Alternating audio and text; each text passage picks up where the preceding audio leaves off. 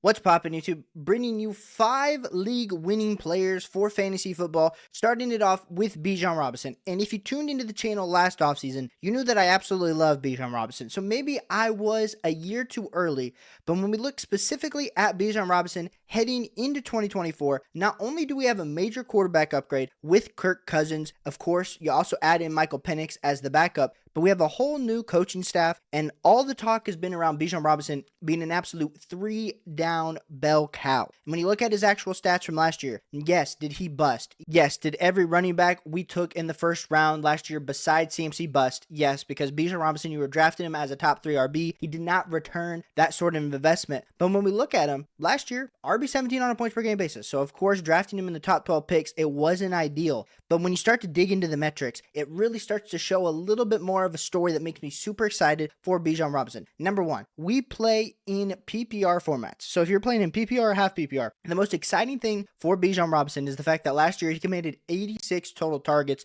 which was the RB3 on a target share. Now, we love to see these running backs that can get you points, not only getting handed the ball, but of course catching the ball. And so when we're looking at Bijan Robinson, we're talking about a guy that has that Alvin Kamara type upside, that CMC upside, just because he's always getting the ball thrown to him. Now, you add in Kirk Cousins, who's old, who's immobile. What does that benefit? That benefits a guy like Bijan Robinson. He was RB9 on snap share, RB31 on opportunity share, RB5 on weighted opportunities. And the Atlanta Falcons last year, I know it was Arthur Smith's offense, who's no longer there. They were the team number 3 on running attempts according to Player Profiler. Now, if we pull up, of course, the in-game splits from RotoBiz, you're going to be able to see in the 17 games, of course, the 14.84 fantasy points per game in PPR, which turned into 252 overall points. But the thing that you're going to be able to see, 3.41 receptions a game. He had 84 total targets with that 28 receiving yards. The thing that makes me super excited for Bijan Robinson is he has all the makings to have that overall RB1 finish in 2024 fantasy football. And the thing is, yes, you definitely have to invest in Bijan Robinson. It's not a cheap type of purchase because in underdog drafts right now, he's going off the board in the top 7 picks, typically behind Justin Jefferson, behind Amon-Ra St. Brown, but then Bijan Robinson's getting selected ahead of Breece Hall. Now, Bijan Robinson, I think, is going to be an absolute league winner at this current ADP compared to where you're having to take. Of course, you want to be getting that overall 1 or 2, 3 pick in your underdog drafts. But even if we're talking purely in your redraft league that you're going to be having coming up, I'm super pumped for Bijan Robinson and think he's going to be a league winner. Moving on to my second league winner for 2024 fantasy football, it's going to be Travis Kelce. And Travis Kelce, not only is he winning off the field with Taylor Swift, he's winning on the field. And I'm absolutely pumped for Travis Kelce because not only last year were we having to draft Travis Kelce in that first round, second round range, he finished as the tight end 1 on a points per game basis with 14.6 fantasy points per game. In the 15 games, of course, he got injured in that before that week 1 game, but 121 targets for 93 receptions. It was an absolute incredible year. And we're looking right now on Underdog. Travis Kelce has kind of fallen down the board. Now, I don't know if that's a few worries, whether it's the Xavier Worthy draft pick, if it's them adding Hollywood Brown, if people are just getting a little bit worried about Travis Kelce's age. But of course, Sam Laporta is going ahead of Travis Kelce in these underdog drafts. But Travis Kelce is going off the board at overall player 38, which is a little bit insane. You're getting Travis Kelce in the 3rd round. Ladies and gentlemen, the points per game that Travis Kelce put up was essentially like a top 8 wide receiver last year. And if you're trying to draft a top 8 wide receiver right now in underdog, you're having to draft those bad boys in the 1st round to even early 2nd round. And we're getting Travis Kelce in our tight end spot in a best ball format and or in your redraft league super late in the 3rd round. Now, people are putting their money where their mouth is. So if you want to draft with us over on Underdog, Caleb 100 will get you a special pick'em as well as up to $250 bonus cash. Link is in the description. Travis Kelce is a major guy that I'm drafting pretty much all the time. When I get into the 3rd round, I like to get one of these elite level tight ends. If Sam Laporta is already off the board, which he is because he's going in the back end of the 2nd round, give me some Travis Kelce. I think it's absolutely incredible.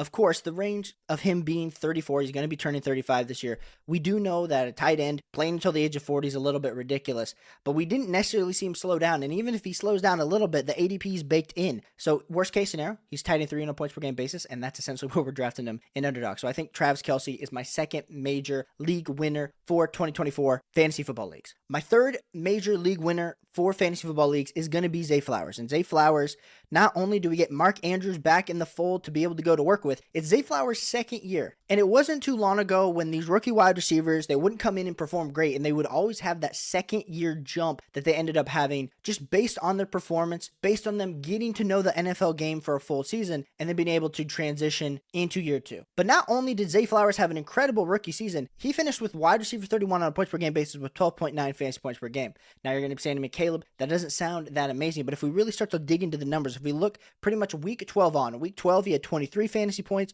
week 14 had 20 fantasy points, week 16 had 22, week 17 had 19.6, and then in the playoffs, if you count the playoffs, if you want to count it for fantasy football scoring, in week 21 versus the Kansas City Chiefs, had 20.9 fantasy points. Zay Flowers is that dude, and I think what's super exciting for me about Zay Flowers is they didn't really add any major target competition. Yes, are we looking at them having Mark Andrews back, Isaiah Likely another year? Sure. But still, Zay Flowers is the clear wide receiver 1. I know Mark Andrews might be the clear receiving option number 1, but Zay Flowers was wide receiver 26 on targets, wide receiver 20 on target share. There's a lot of metrics, wide receiver 1 on route participation, so anytime they were really throwing the ball, my man's was out there. Absolutely love some Zay Flowers, and we're looking over on Underdog. He's currently going off the board as wide receiver 25, overall player 36. So, of course, guys like DK Metcalf, Cooper Kupp, Michael Pittman Jr. are ahead of him. Guys behind him are like Tank Dell, George Pickens, T. Higgins.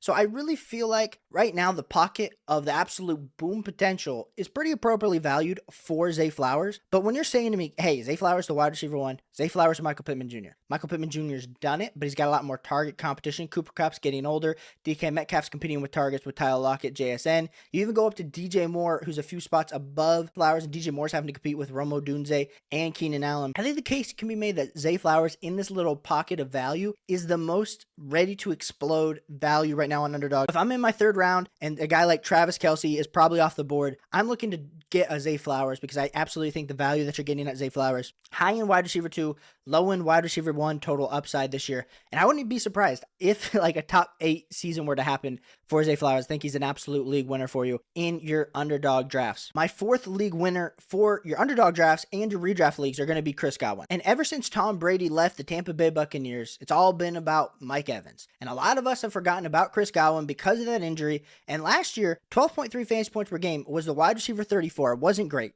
I'll be honest, it wasn't great. But he did demand 131 targets for 83 receptions. Now, the year previous to that, he had 142 targets for 104 receptions. The year before that, 128 targets for 98 receptions. So the big thing for him, didn't have the receiving touchdowns, only had 2, but his yards per reception actually went up. And if you heard from the Tampa Bay coaching staff this offseason, they're talking about moving Chris Godwin back to the slot, and that's where he absolutely exploded onto the scene back in 2019 when he was the wide receiver 2 overall. So he does have a ton of upside. Now he's getting older. Does he still have that similar type upside? I don't know, but I think the range that you're having to draft him right now in Underdog makes him super appealing with the fact that they do have Baker Mayfield coming back. He got re-signed, of course, and they really didn't add any major target competition to go alongside Chris Godwin and Mike Evans. So I absolutely love some Chris Godwin in your Underdog drafts, especially when you're having to draft him as wide receiver overall 38, somewhere around in the 6th round is where you're really having to draft Chris Godwin. If I can get Chris Godwin as my wide receiver 3, my wide receiver 4 in an Underdog league, sign me up, because I think Chris Godwin has that high-end wide receiver 2, low-end wide receiver 1 upside. And I know we talk about a lot of these guys in the range. Like, you can make the case that any of these guys have that total overall package. But when we're looking at Chris Godwin, it's another year recovering from that ACL that he tore a few years ago. He's still only 28 years old, so he's entering that absolute prime of his career. Like we said, the wide receivers, we get a little bit worried once they cross that 30-year-old threshold. I absolutely think Chris Godwin has a chance to skyrocket in overall value, especially as we approach the actual NFL season. So in my Underdog drafts that I'm drafting right now, I am picking up some Chris Godwin. And my final player we're going to be talking about today that is a league winner is going to be Rashee Rice. And yes, is he a league winner because he speeds? Potentially. But I cannot be basing my whole strategy off somebody's personal life. But when we're talking about his regular NFL life, wide receiver 28, 13.2 fantasy points per game was the wide receiver 28. And I think that's incredible for a rookie season for Rashee Rice. You tie him in with Patrick Mahomes. Yes. Do they add Hollywood Brown? Yes. Do they add Xavier Worthy? Yes. But those two guys are deep ball threats. I think that's only going to open up the middle of the field for Travis Kelce and Rashee Rice. And yes, maybe there is a little bit more target competition when we're talking about a guy that had a 17.9% target share. But I think he was able to work those similar type of numbers with the 17.9% target share this last year. I am not concerned about the added competition in this overall offense. I think it's just going to make it more efficient, and that's why I'm super pumped for Rashee Rice. When you're able to draft Rashee Rice as wide receiver 47, yes, is there a chance that he gets suspended? Yes, but maybe only for a few games. I think 4 is the max that I've been hearing, and so, like I said, I'm not a lawyer, but I do think the value of Rashee Rice compared to guys in a similar range, like, is Jameson Williams, who's going one spot behind Rashee Rice? Yes, he has a high ceiling, but we've never seen any type of floor. I think Rashee Rice is really essentially too low in my personal opinion. I have him higher up in my personal rankings for Rashee Rice. I am not scared to go and double tap the position on Rashee Rice, especially when you're playing in a league like Underdog. Absolutely love some Rashee Rice, and I think he's an absolute league winner. So if you like fantasy football, if you like redraft fantasy football, hit that like and subscribe button. We're going to be doing a ton more Underdog live drafts. We're going to be doing some mock drafts with you guys this summer, getting us ready for the actual NFL season. So I appreciate you guys for tuning in, and I'll catch you on the next one. Peace.